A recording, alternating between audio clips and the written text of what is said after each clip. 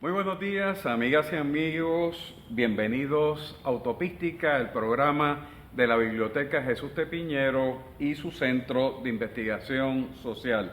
En este programa me acompaña la profesora Rosario Meléndez, quien es la directora del programa de Comunicación en Red de la Universidad del Este, y nos complace de una manera muy especial contar en la mañana de hoy con el doctor Federico Suberbi, quien es un destacado profesor puertorriqueño de periodismo y comunicación. Bienvenido a la Universidad del Este. Muchísimas gracias, un placer, un honor estar aquí con ustedes. Vamos a dar comienzo rápidamente a esta conversación de la mañana sobre el tema de los retos de las comunicaciones sociales, pero antes de entrar en los temas particulares, me gustaría compartir con las amigas y amigos de Utopística un poco de la formación en aquellos años universitarios, porque en conversaciones anteriores ha quedado patente que marcaron de una manera muy especial tu vida, no solamente como individuo, sino también como académico. Cierto, yo llegué aquí en el año 67 de San Germán, una ciudad muy pequeña, muy insular dentro del insularismo puertorriqueño, con una visión de mundo muy limitada, que era la que yo venía de ese pueblo muy querido. Llego a la universidad y los eventos del 67 al 71 marcaron una diferencia, especialmente cuando observo en primera mano, testigo presencial de las luchas en contra de la guerra de Vietnam y otros derechos humanos que se estaban discutiendo en aquella época, y observo entonces cuando llego a mi pueblo cómo la gente lo interpretaba y cómo lo habían visto en los medios de comunicación, y yo me quedé diciendo, pero hay un problema aquí, ¿qué será? Y al inicio pensar que iba a estudiar ciencias naturales, no salgo bien en las notas de ciencias naturales, pero salgo súper bien en las notas en mis clases de ciencias sociales, y por ahí comienzo a estudiar por mi cuenta comunicación hasta que empezó la Escuela de Comunicación Pública. Y fui uno de los primeros que entró a la Escuela de Comunicación y de los primeros dos que nos graduamos con el doctor Iván Cardona de esa escuela en el 74. Ustedes ven que no me equivoco cuando digo que Federico es de los pioneros en los estudios de la comunicación, porque fue de esa primera clase graduanda. Sí. Yo lo conocí unos años después, cuando estaba entrando también a hacer los estudios de maestría. Ya Federico estaba en Texas, ¿no? Sí, sí. Trabajando, y eras profesor en Austin. Sí, fui profesor en la Universidad de Texas en Austin, luego de pasar los primeros 7 años como profesor en la Universidad de California en Santa Bárbara. Y la Universidad de Texas me reclutó, estuve allí 13 años antes de irme a ser director de departamento en una pequeña universidad en Nueva York que era muy disfuncional. Y entonces me fui para Nueva York porque mi hija en aquel momento también había comenzado a trabajar en esa ciudad. Y por eso de estar cerca de ella, de estar cerca de Nueva York, la comunidad puertorriqueña, donde me había criado por unos años muy jóvenes de mi vida, pero la universidad no cuadró, y entonces regresé a Austin, y de allí trabajé en la Universidad Estatal de Texas, donde con mucho apoyo se montó el Centro de Estudio de Medios y Mercados Latinos, que fue muy exitoso por 5 años.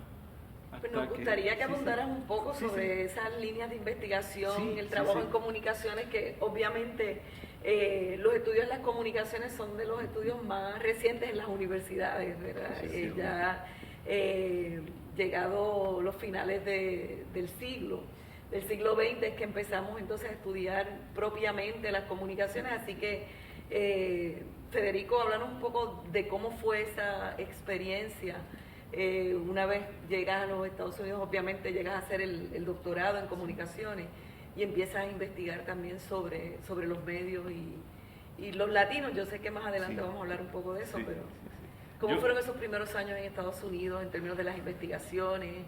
Muy difíciles, porque la visión que tenemos en Puerto Rico sobre lo que es vivir y estudiar en Estados Unidos es muy distinta a la que se vive allá, cuando uno está en el proceso. Pero yo llegué allá con el propósito de obtener un doctorado, por cierto, con beca también presidencial de aquí, cuando fue muy meritoria mi selección, porque era el propósito de regresar a ser profesor en la escuela y encaminarla en aquella época. Y fue difícil porque yo pensaba que iba a estudiar economía política de los medios de Puerto Rico y América Latina, y eso no se entendía ni se apoyaba en la Universidad de Wisconsin donde estuve, pero sí se apoyó mis estudios, que luego me permitieron ser uno de los pocos expertos en comunicación en los temas latinos de Estados Unidos. Allá el campo tradicional es muy empírico, y yo venía de una tradición muy crítica de América Latina, lo cual me permitió convertirme en un empirista crítico. Y me da mucho orgullo, o sea, soy un empirista crítico en mi investigación, porque uso los procedimientos, las metodologías empíricas, pero con una visión crítica de quiénes son los dueños, quién se beneficia, quién no. Esas perspectivas críticas en las preguntas. Y se ha desarrollado el campo de comunicación en los temas latinos. Hoy día hay más de 20, 30 profesores que trabajan en este campo, algunos de ellos exalumnos míos. Me parece que sería importante destacar algunos de los logros académicos más importantes, ¿verdad?, en esas líneas de investigación, y además publicaciones, quizás algunas de las más recientes, para que las amigas y amigos de Utopística se familiaricen con las mismas. Fíjense, agradezco la pregunta, porque hasta la fecha de hoy soy el único autor y también editor, coordinador del único libro de comunicación y política de los latinos en Estados Unidos.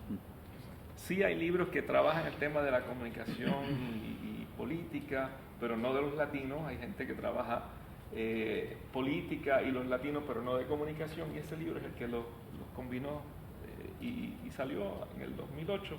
Hoy día ya no trabajo en ese campo tanto, porque se lo he dejado a otros profesores que están encaminando eso. Estoy muy contento de lo que están haciendo.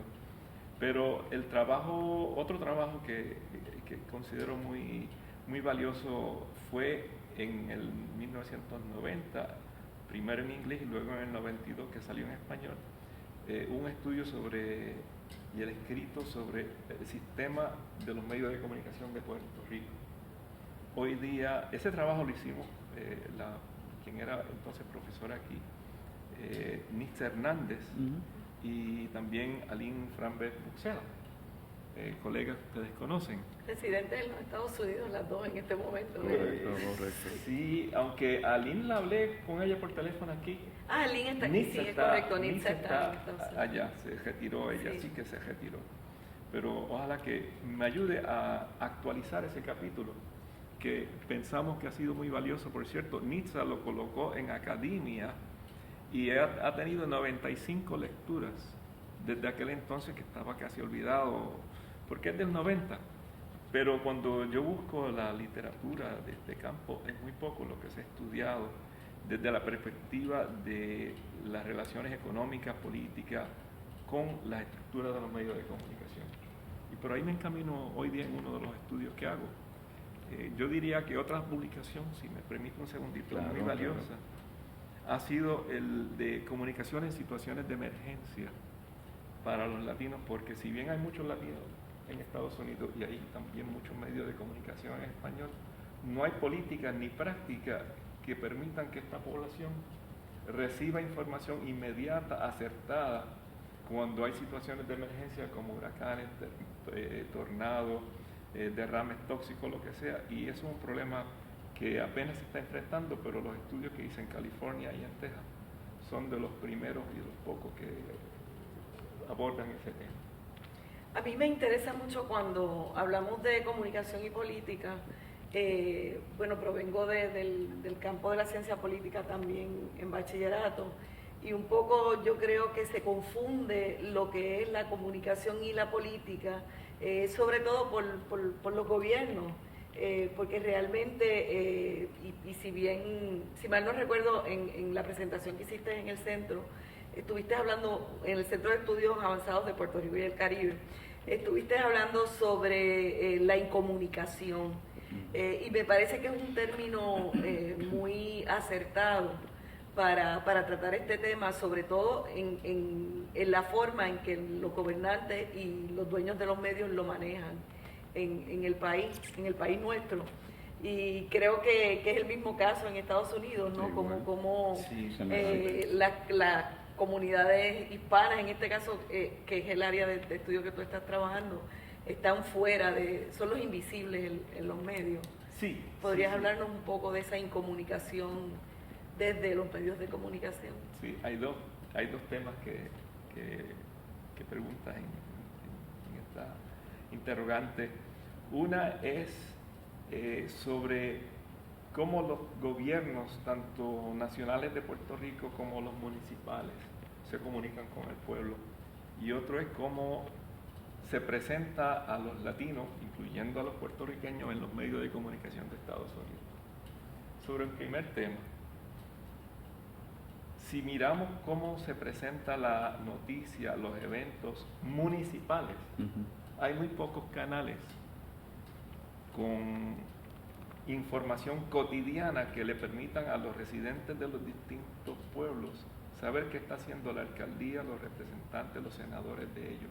Se filtra a través de el decir y algún otro comentario, pero no hay un sistema sistemático que se pueda tener actualizado, ni siquiera en las páginas de internet de los municipios, que indiquen con certeza un detalle muy importante: cómo se está usando el presupuesto del municipio, quién decide y quién se beneficia y quién no se beneficia cada vez que se hace una decisión de uso de terrenos, de uso de dinero, de contratos. El Nuevo Día ha tenido toda una serie de radiografías de los municipios, y digo yo, ¿cuántas veces esta información se debió de haber estado presentando con más regularidad en los pueblos, en los municipios y a nivel nacional? Y no está. Pero ¿tú no crees que eso es precisamente una forma de ocultar información a la ciudadanía y un poco de las decisiones aquí las toma el alcalde? Nadie más tiene que intervenir. Es un esquema de poder muy bien pensado, ¿no? Mantener centralizado. Sí, son procesos centralizados en una época cuando la ciudadanía de este país y en muchas partes del mundo, especialmente con las redes sociales de teléfono y de todo lo demás, está exigiendo una participación más amplia de la ciudadanía en saber qué está sucediendo, quién decide, cómo se decide y quién se beneficia y quién no se beneficia de esas decisiones. Se entera uno a largo plazo, después que se tomó la decisión, pero no en el proceso de deliberación de esa decisión. Eso está cambiando con las redes sociales, donde la gente ve un problema o escucha, sabe, y la comparte, pero ni siquiera el gobierno ni los representantes del gobierno están al tanto de qué se está compartiendo en esas redes, que son a veces informaciones aceptadas, otras veces no lo son. En otras palabras, hay unos problemas de incomunicación a nivel nacional y a nivel de los pueblos. Si me permite entonces abordar la segunda pregunta, el problema de cómo se presentan los latinos en los medios de comunicación en Estados Unidos es tema que se ha estado estudiando por más de 30, 40 años. Y hoy día más aún, porque son más personas que se dieron cuenta que parte del problema de la poca participación de los latinos en la vida social, cultural y política de los Estados Unidos se debe a la mala representación, a los estereotipos que se han diseminado por décadas sobre quiénes somos y cómo somos, incluyendo los puertorriqueños. Y los estudios que yo he hecho sobre cómo los noticiarios de Estados Unidos, la ABC, CBS, CNN y otros medios presentan a los latinos, le puedo decir una cifra nada más para no abundar en muchos numeritos. En los últimos 16, 20 años, de estos noticieros, el porciento de noticias sobre los latinos, a nivel general, sobre los latinos, si tú unes todas las noticias que tienen que ver con temas latinos, incluyendo temas de Puerto Rico, no llega al 1% de esas noticias anuales. Y son más de 16,000 noticias individuales anuales. Menos del 1% sobre temas latinos. Y una tercera parte de ese 1% son de los latinos como causando problemas o teniendo problemas. Y Puerto Rico no aparece en casi ninguno de esos esquemas, a menos que sea porque está causando un problema o tiene un problema. Así que es mucho menos de una fracción del 1%. Y no ha cambiado cuando la población latina de Estados Unidos ya llega al 18%. Todavía los noticieros nos representan en menos de 1% allá. Así que imagínense cómo los americanos, para decirlo de forma general, nos desentienden y están incomunicados de quiénes somos y cómo somos. Claro. El problema de las comunicaciones y el ejercicio democrático o la ausencia o el entorpecimiento del ejercicio democrático es algo que has estado trabajando. Recuerdo en ocasión de la presentación de la conferencia en el certificado de Relaciones Internacionales, abundaste en torno a un método que me parece que tú lo repites en otras investigaciones, que sé que es muy extenso, muy complejo, pero me llamó la atención y podríamos quizás delinearlo en unos rasgos muy generales, que es el esquema de las 6 cajitas. Sí. Así que ahora en adelante, cuando hablemos del esquema de las 6 cajitas, ya tiene nombre y apellido y autor. Fíjese, las 6 cajitas vienen porque cuando venía de América Latina, de mis estudios en Puerto Rico y mi experiencia en CIESPAL y en Costa Rica sobre el campo de la ciencia de la comunicación y toda la lectura que yo había hecho de América Latina, era un esquema de cómo se relacionan las estructuras de la sociedad con los medios de comunicación. Y se hacía poco análisis específico de las audiencias y los efectos. Se hablaba a forma general, pero no se combinaba todo. Cuando llego a Estados Unidos, el empirismo ignora la estructura social y sus efectos en los medios y se hace análisis de cómo las audiencias usan medios para algunos efectos. Y yo decidí combinarla para por lo menos presentar ese esquema general de cómo la estructura social de una sociedad, de la estructura de la economía, la política, interna y externa, en el caso específico de Puerto Rico, especialmente en el caso de Puerto Rico, cómo las estructuras políticas, económicas, externas influyen en las economías y los medios nacionales, cómo esos parámetros de funcionamiento de los medios tienen unas características en qué se produce en esos contenidos. Y entonces, ante esa situación, ¿cuáles son las audiencias? Entonces, la primera cajita es las estructuras sociales externas, la segunda, las estructuras sociales internas del país, la tercera son los medios de comunicación del país, la cuarta son los contenidos de esos medios, entonces vienen las audiencias y los efectos de esos medios. Cuando uno mira esas 6 cajitas y sus relaciones entre ellos, allí puedes ver todas las teorías de comunicación, los métodos de investigación, y no te quedas perplejo porque hay unos efectos de las audiencias y que te quedan así. ¿Pero por qué sucede esto? Pues mira, vamos a ver de dónde viene eso, de la estructura de los medios y de las estructuras externas, internas de esos medios. Ah, ahora entiendo por qué acá sucede esto. ¿Y cómo esas audiencias afectan lo primero? Bueno, porque se dan estos contenidos, etcétera, etcétera. Cuando yo he usado ese esquema para dar cursos de comunicación y teoría de comunicación y métodos de investigación, recuerdo cada vez que los estudiantes me dicen, ahora entendí la relación de todas estas cosas tan complejas de teoría. Y funcionó tan bien en mis cursos que decidí usarlas hasta en charlas cuando me invitan a darlas sobre casi cualquier tema que tenga que ver con comunicación. Empiezo con ese esquema, entonces escogemos a dónde vamos a estudiar contenido, audiencias, efectos, etc. ¿Y cómo ese esquema se ajusta a los cambios más recientes en el estudio de las comunicaciones, sobre todo los retos que nos plantea la comunicación bidireccional de las redes sociales?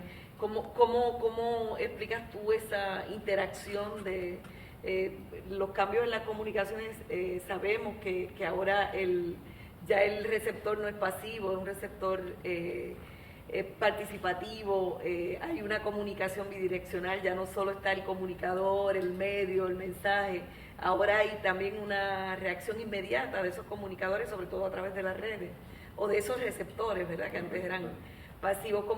¿Qué has visto con relación a eso y a los cambios más recientes de la comunicación social en red, que es como me gusta llamarla porque sé que es el medio de comunicación en desarrollo en la internet, y cómo las nuevas tecnologías nos llevan a una comunicación más activa?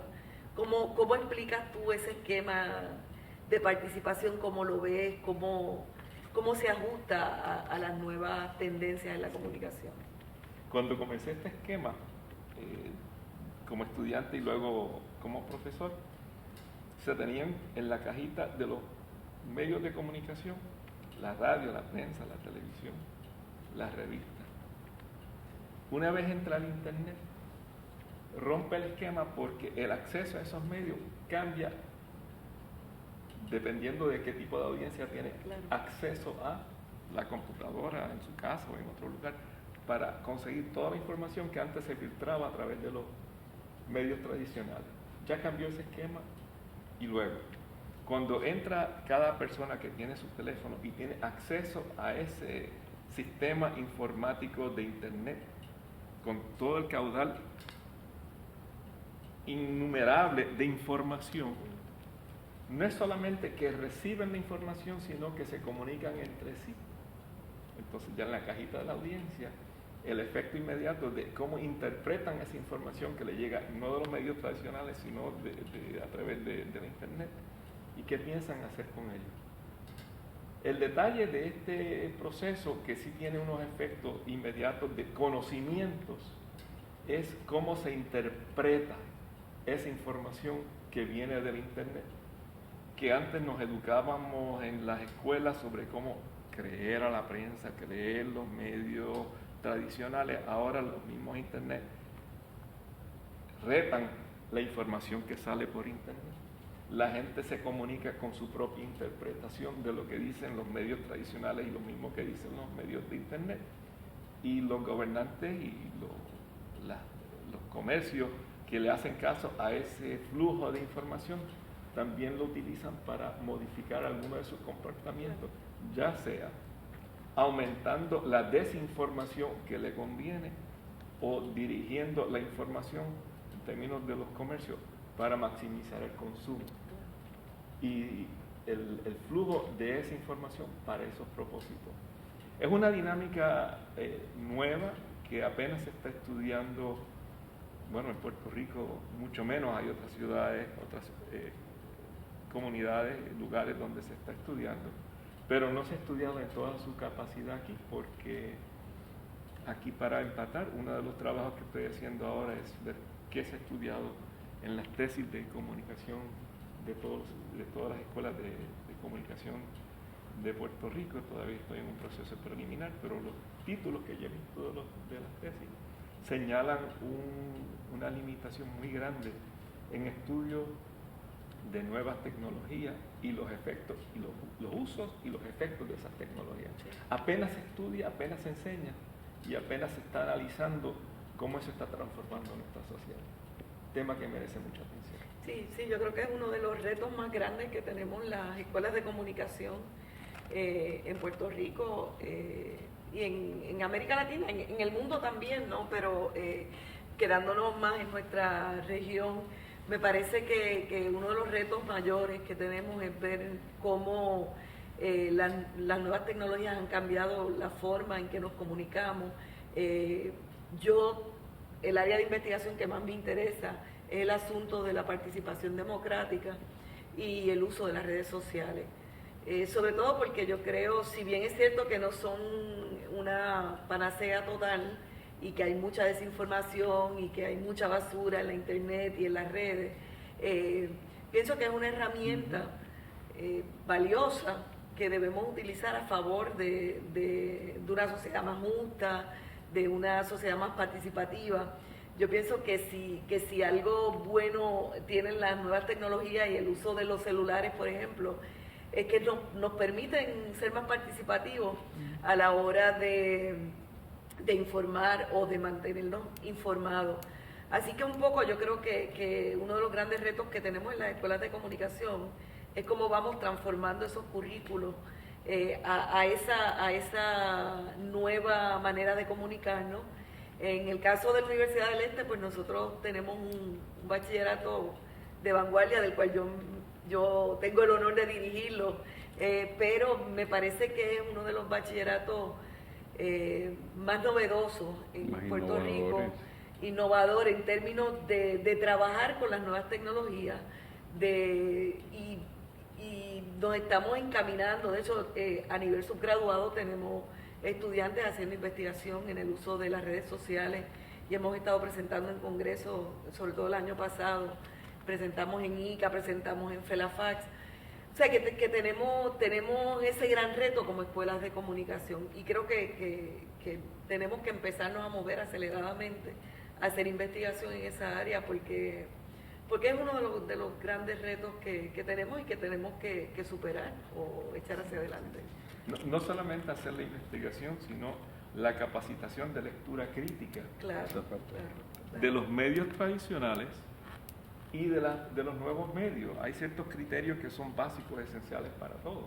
Claro. La confiabilidad de lo que se presenta, las fuentes que se utilizan para presentar la información, la independencia, no estamos hablando de la independencia política, eso es tema aparte, pero la independencia de las fuentes que se utilizan. Cuando una persona ya aprende a decir, mira, el que está presentando esta información, este punto de vista, no es independiente del tema que está hablando porque tiene unos intereses conectados a ese punto de vista. Ya se tiene un criterio más apropiado para interpretar lo que se está diciendo. Dijo esta información, pero hay una contradicción, entonces no es confiable. Hay otro criterio para interpretar esa información. Cuando los jóvenes aprenden esos criterios de lectura crítica, ya no hay forma de que la sobreinformación o la desinformación les afecte tanto como los que no tienen los criterios y creen todo lo que les llega porque vino por internet. Yo comparto el entusiasmo de Rosario por este acercamiento que nos provee las nuevas transformaciones tecnológicas en las comunicaciones por una razón muy particular. Mencionaste hace unos minutos que en la prensa de los Estados Unidos, donde se invisibiliza la aportación hispana, y que en muchas ocasiones cuando se destaca es por algún elemento negativo. Correcto. Y no necesariamente positivo del trabajo de esa comunidad nacional en los Estados Unidos. En el caso de Puerto Rico hay una invisibilidad del resto del mundo y precisamente también de lo que son los Estados Unidos. La radio, la prensa realmente no cubre los verdaderos debates que están ocurriendo acá, se están llevando a cabo en los Estados Unidos. El mundo se despacha en 30 segundos, ¿verdad? Sí, se le da más atención al deporte que explicar la visita del presidente Obama a Arabia Saudita, que es un acontecimiento que se está llevando a cabo y que tiene un impacto enorme en las relaciones exteriores de los Estados Unidos con relación al Oriente Medio. Bueno, y a mí me dirán, ¿y a nosotros qué con eso? Es que nosotros estamos desconectados del mundo. Nos desconectan en un contexto y nos desconectan también en el otro. Por eso es que lo que plantea Rosario y tú compartes también es el buen uso de esos medios, que más allá de todo lo que sabemos que hay en ese ciberespacio que realmente no aporta absolutamente nada y que ya por la vía del mercantilismo se está posesionando de muchos espacios, por lo menos provee los que son necesarios para poder establecer una visión crítica de lo que está pasando en el mundo. Pero ahí tenemos que volver a algo que tú has estado trabajando con los jóvenes latinos, y es esa sensibilidad, es ese pensamiento crítico, es esa formación particular. A mí me llamó mucho la atención un programa que tú has estado promoviendo, que es el Long Lead Program con los jóvenes hispanos. ¿Qué nos puedes decir de este programa? Sí. El Long Lead es Latino Oriented News Literacy, es una abreviación del Latino Oriented News Literacy Program, que durante 2 años se llevó a cabo en Chicago con auspicio de la McCormick Foundation, mediante como parte de el programa de News Literacy de Stony Brook University. Yo había ido a par de seminarios, más de par de seminarios de ellos sobre News Literacy en general, y al final de mi presencia allí yo levantaba la mano y preguntaba, ¿y qué tal literacy sobre los medios latinos? Ah, sí, interesante. Estuve preguntando hasta que por fin me hicieron caso, hicieron una propuesta, la McCormick la fundó, o sea, la financió, quiero decir. Y durante 2 veranos dimos cursos en Chicago para profesores universitarios y maestros de escuela secundaria, para que en sus cursos, cuando daban clases de news literacy, incluyeran cómo analizar los medios latinos.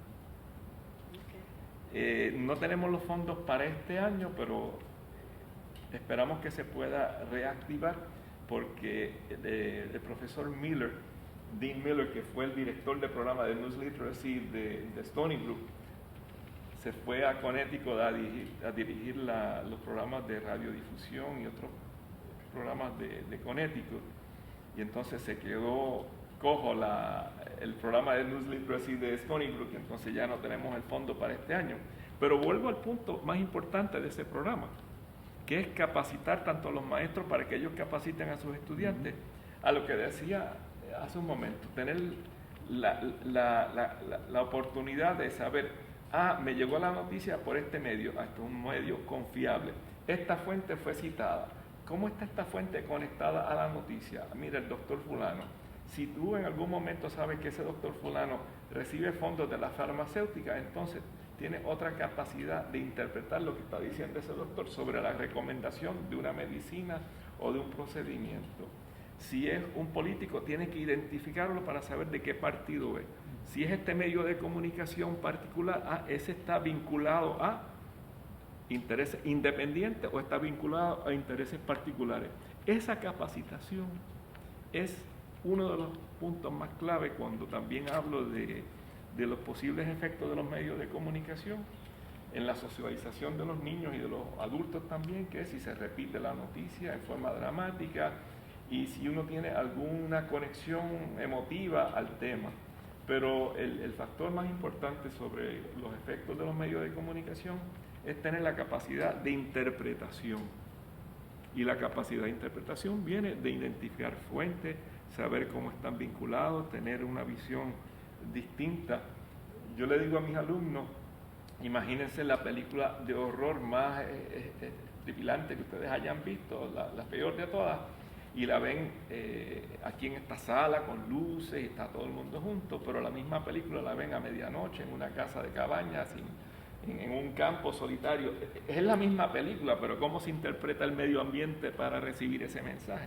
Pues igualmente con las noticias, si tenemos una capacidad de interpretarlas, porque tenemos la visión no de la cámara que te está enseñando la película editada, sino detrás de la cámara, allí ves el director, allá ves las luces, el sonidista, el otro, como que te da una visión más amplia de interpretar. Eso son mentiras, eso no tiene que ver, eso es ficción, esa sangre es ketchup. Pues de la misma forma se interpreta eso con las noticias. Esa noticia es falsa, esta es certera, esta es más, mira, ahí no se usó maquillaje, eso es la verdadera imagen. Cuando uno tiene esa capacidad de lectura crítica de las noticias políticas, sociales, culturales, te cambia la visión del mundo y tu visión personal. Como cuando uno tiene una capacidad de interpretar, cuando tengo miedo de tal cosa, porque me sucedió tal cosa, porque tengo una predisposición de mis padres a favorecer o no favorecer un tema. Pues ahora yo tengo mi propio criterio porque entiendo esta visión. Igual con la capacitación de lectura de los medios sociales. El uso de los medios sociales, cuáles se usan, cómo se interpretan. Y a eso esperamos, con los jóvenes en Puerto Rico que tengan esa capacidad para mejorar su interpretación, su uso de los medios, su interpretación, cómo los usan para mejorar su medio ambiente y el país. Y de ese programa, ¿tienes ya algunos datos preliminares? Sé que la investigación no ha terminado, pero hay algunos datos preliminares que aporten a sostener tu tesis sobre el análisis que hace de la literacia del News Literacy latino. Los maestros que participaron en ese programa nos han indicado de cómo sus estudiantes no solamente tenían la capacidad de lectura, sino, voy a hacer un ejemplo nada más, como una maestra de español, imagínense, enseñarle español a estudiantes, algunos mexicoamericanos, latinos, pero que los padres hablan español y ellos prefieren el inglés. Maestros que están tratando de enseñar ciencias sociales y usan los medios de comunicación. Cuando le presentan los temas latinos que son relevantes para estos estudiantes, así están muy atentos y le cambia la actitud de los estudiantes. No es solamente estudiar los medios tradicionales americanos, están hablando de mi gente. Es algo relevante, yo lo vivo, lo entiendo. De Univisión, de Telemundo, de la prensa en español. Eso es lo que ve mi abuelita, lo ve mi papá, mi mamá. Ahí estoy. Muy contentos ellos en tener esa capacidad por el factor que decía de relevancia. Y igual tenemos que hacer aquí en Puerto Rico cuando estemos haciendo la educación y el análisis, ver cuán relevantes son distintos temas a la realidad puertorriqueña y no solamente presentar teorías por más válida que sean en otros lugares, sino ver cómo se aplican a la realidad puertorriqueña. Así que los efectos de 2 años de esta experiencia de News Literacy fueron muy favorables. Aquí debo de mencionar que hay una joven que fue instructora en este programa los 2 años que lo dimos y también ha sido muy activa aquí en Puerto Rico, Anet Sofía Ruiz, que está dando cursos en Sagrado Corazón y también trabaja con la Fundación Flamboyant. Y ella ha sido una de las mejores alumnas, intérpretes y educadoras de capacitación de lectura crítica de medios, que es un recurso que tienen en Puerto Rico hoy por hoy a la disposición de quien la quiera contratar para dar cursos, seminarios o desarrollar todo un programa de capacitación de lectura crítica. Rosario, hay un tema que no está en el libreto, pero que es inevitable y tiene que ver con la cobertura y el espacio que se está dando a los candidatos a la presidencia de los Estados Unidos. Me parece que aquí podríamos aplicar también la teoría y la metodología de las 6 cajitas, porque por un lado vemos las líneas editoriales que a veces, en muchos casos, no son directas, sino que con la selección de los invitados se establece una línea editorial también. Entonces se critica un candidato, pero ese es el candidato que aparece en la primera imagen, en la primera noticia. Entonces, la secuencia de cómo se van insertando los otros candidatos y los que sencillamente los están invisibilizando también. Y dentro de esos debates, aquellos que tienen que ver con las minorías nacionales en los Estados Unidos, como en el caso de la migración.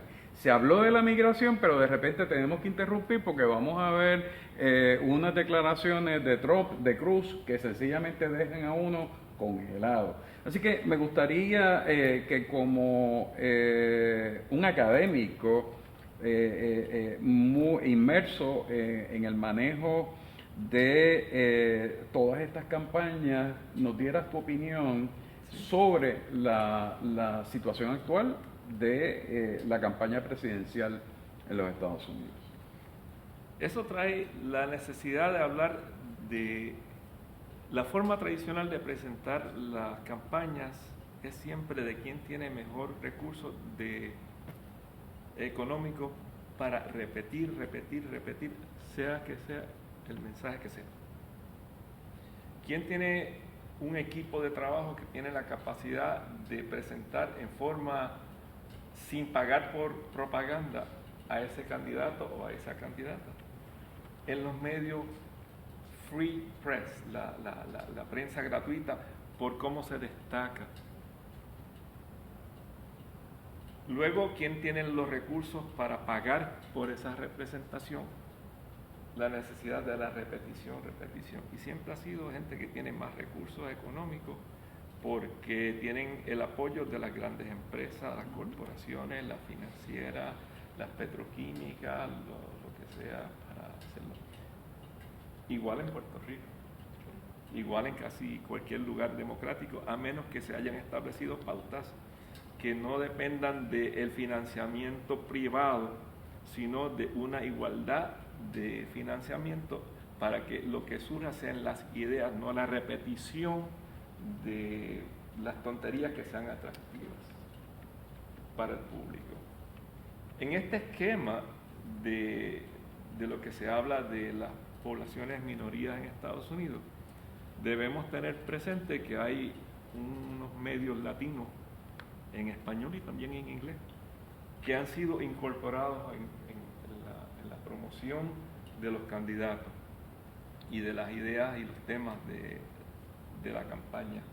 Ahí entra Univisión, Telemundo, el periódico La Opinión, el periódico El Diario de la Prensa, el Nuevo Herald y otros periódicos, que hay cientos de periódicos semanarios locales en español, la mayoría, y algunos en inglés, dirigidos a la población latina, tema que no se estudia. Claro. Ni allá, y dudo que aquí, como esos medios de comunicación latinos en Estados Unidos son los medios de comunicación étnicos entre comillas, más grandes del mundo. Y el impacto que eso tiene no solamente en la política, sino en el comercio, en la cultura, etcétera. Pues ahora las campañas políticas de estos candidatos han empezado a hacerse presentes en estos medios latinos, movilizando algunos más que otros. Claro que los que tienen mayor acercamiento lo usan de una forma mejor que otra, pero aquí debo aclarar, basado en mis estudios de años anteriores, que los republicanos saben que no tienen la mayoría del voto latino, pero tienen la capacidad pero tienen la capacidad propagandística superior a los demócratas por muchos años de hacer propaganda para ganarse no necesariamente la mayoría del voto latino, sino aquel % donde hace la diferencia en las elecciones locales. Ellos no necesitan ganarse la mayoría de los latinos y no lo van a lograr. Pero si disminuyen X% en estos lugares o aumentan X% en otros lugares, hacen la diferencia en las elecciones donde están muy cerradas. Cuando en una ocasión me preguntaron, ¿el voto latino hace la diferencia? Digo, depende. Depende si es en Nueva York y en California, no. Porque ahí van a ganar los demócratas y respectivamente de quién es el candidato. Claro. Pero hay unos estados y unas comunidades donde hay elecciones municipales, de representantes, de senado, donde el margen de victoria es muy pequeño. El margen de diferencia entre un candidato demócrata y un republicano es muy pequeño. Y allí esas campañas muy intensas de los republicanos pueden, si no ganar el voto latino, disminuirlo por miedo e intimidación, que son muy expertos en sacar justo antes de que sale el día de las elecciones. Precauciones, los Rangers van a estar chequeando la identidad y deportando al que no tenga. Y yo voy a votar, oye, yo sé que yo estoy bien, pero ¿y si mis papeles o mi carta de identidad tiene algún error? Me van a meter preso, me van a deportar y después tengo que luchar. Ay, mejor no voto. Eso es lo único que necesita esa gente para ganar ese margen pequeño. Eso no se estudia, no se analiza. De hecho, porque era lo más que estando allá podía ser de los temas latinos en lo que me dedicaba a ese tema durante muchos años. Y tengo documentación de esos procesos de propaganda. Hoy día, en estas campañas, los márgenes de diferencia han sido muy pequeños en algunos estados y en algunas ciudades, y van a seguir siéndolo por la activación, la movilización de los más reaccionarios de derecha, lo cual Trump con su equipo de campaña ha tenido una capacidad,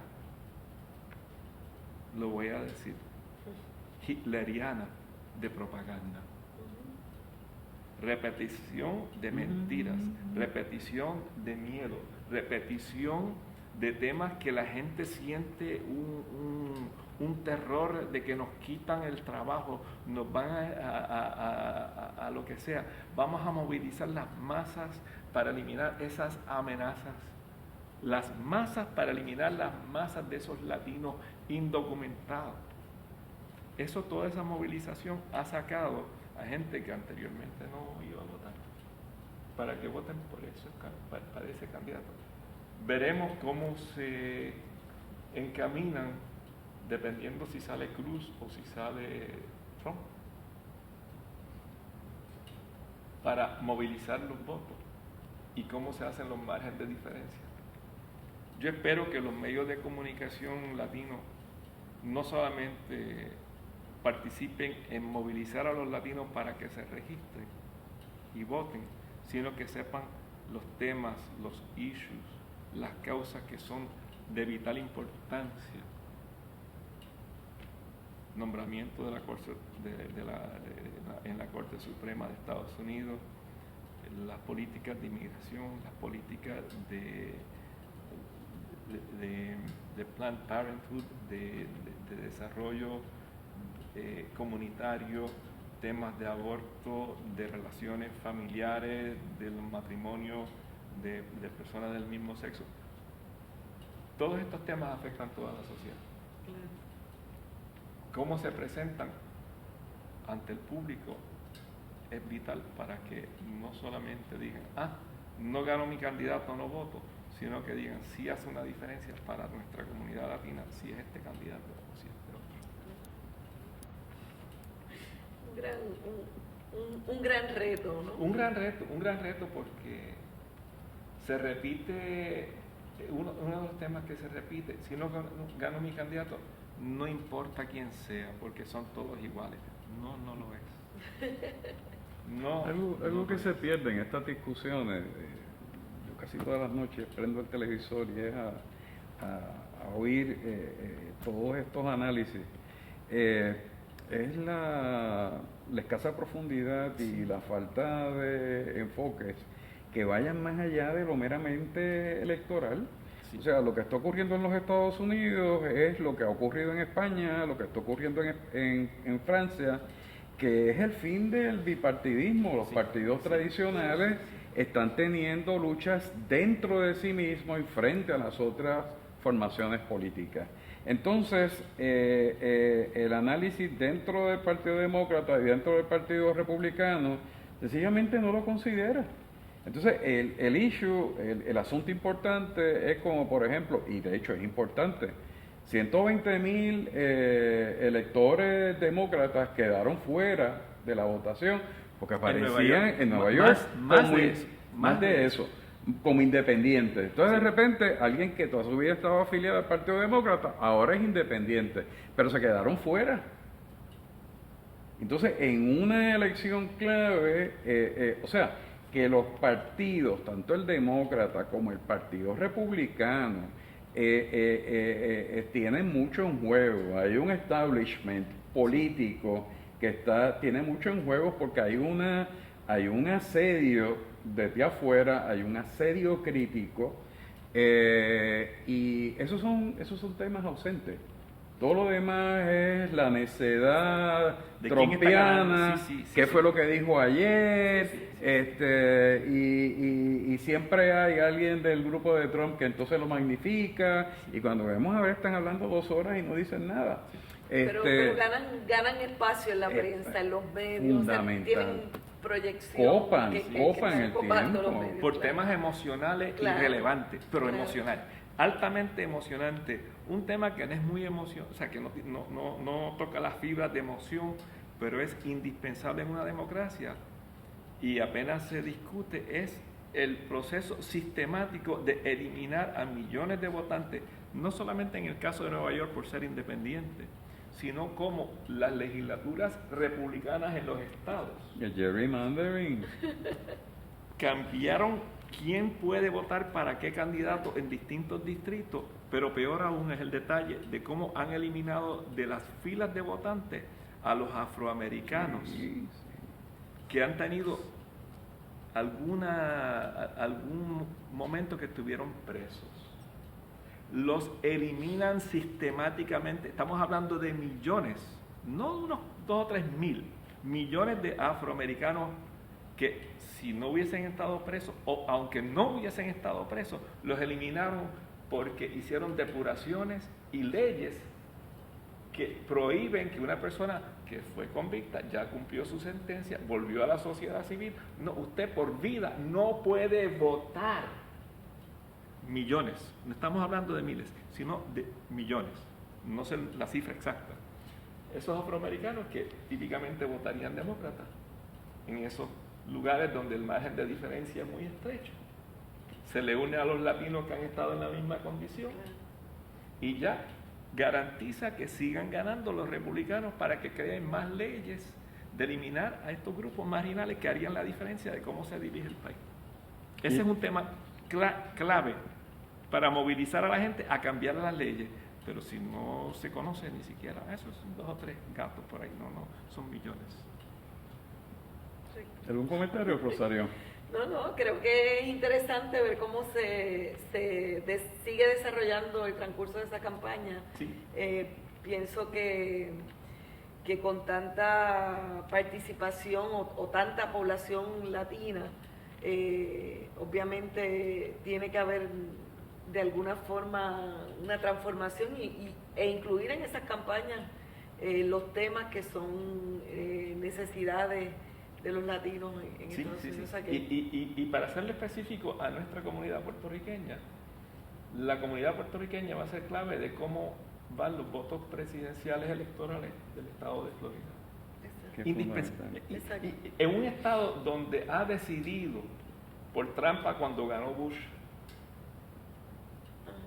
la primera vez, que fue por trampa, pero también por negligencia del Partido Demócrata de cultivar a esa población puertorriqueña, porque en mis estudios documenté como en una de las campañas el candidato presidencial demócrata dijo, en Florida el voto es de los cubanos y los republicanos, nos vamos de allí, vamos a cerrar la campaña allí, nos vamos a otros estados donde podemos ganar. Señor, si usted hubiese ido allí a darle la mano, a abrazar, a darle besos, a abrazar a los latinos, a darle besitos a los bebés y todo lo demás, hubiese ganado por mucho el estado de Florida. No, eso es republicano, cubano. No lo es ya. Aún los cubanos más jóvenes votan más demócratas que republicanos por las políticas racistas de los republicanos. Y si un candidato demócrata ignora esa realidad cambiante de Orlando y de otras comunidades puertorriqueñas en algunas partes de Florida y Estados Unidos, va a perder cuando los márgenes de diferencia son pocos. Tenemos tiempo para un comentario de cierre. Federico. Ay, gracias. Para mí es un placer estar aquí en esta oportunidad y otras que usted me ha brindado para participar con Puerto Rico, porque si bien por muchos años le he dedicado mi carrera profesional a los estudios y la investigación, la enseñanza en Estados Unidos, no es por falta de interés en Puerto Rico, sino por las oportunidades que no se me abrieron las puertas, no por mi falta de tratar de que se me abriera la puerta cada vez que tocaba aquí.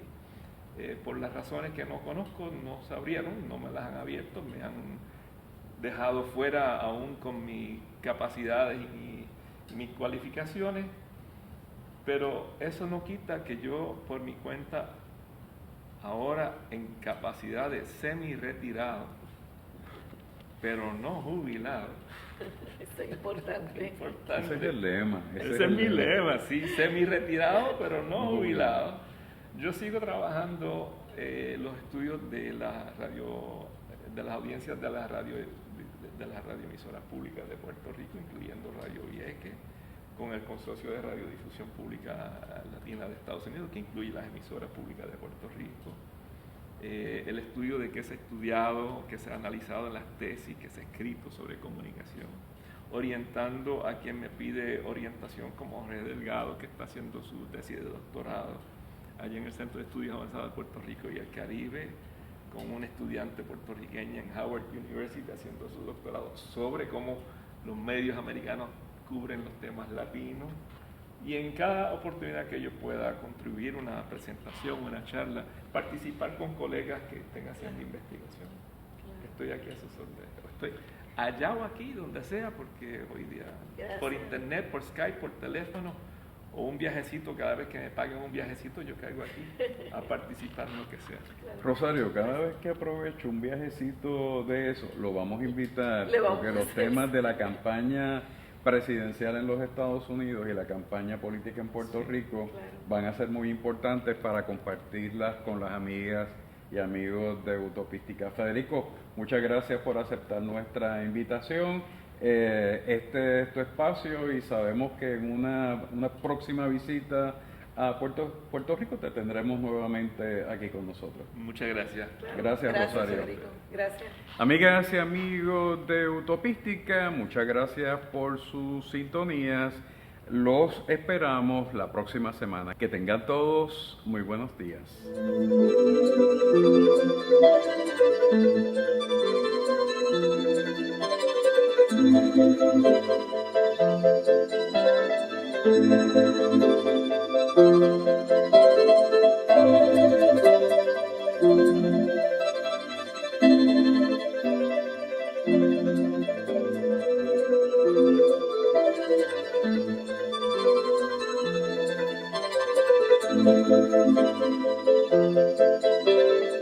Thank you.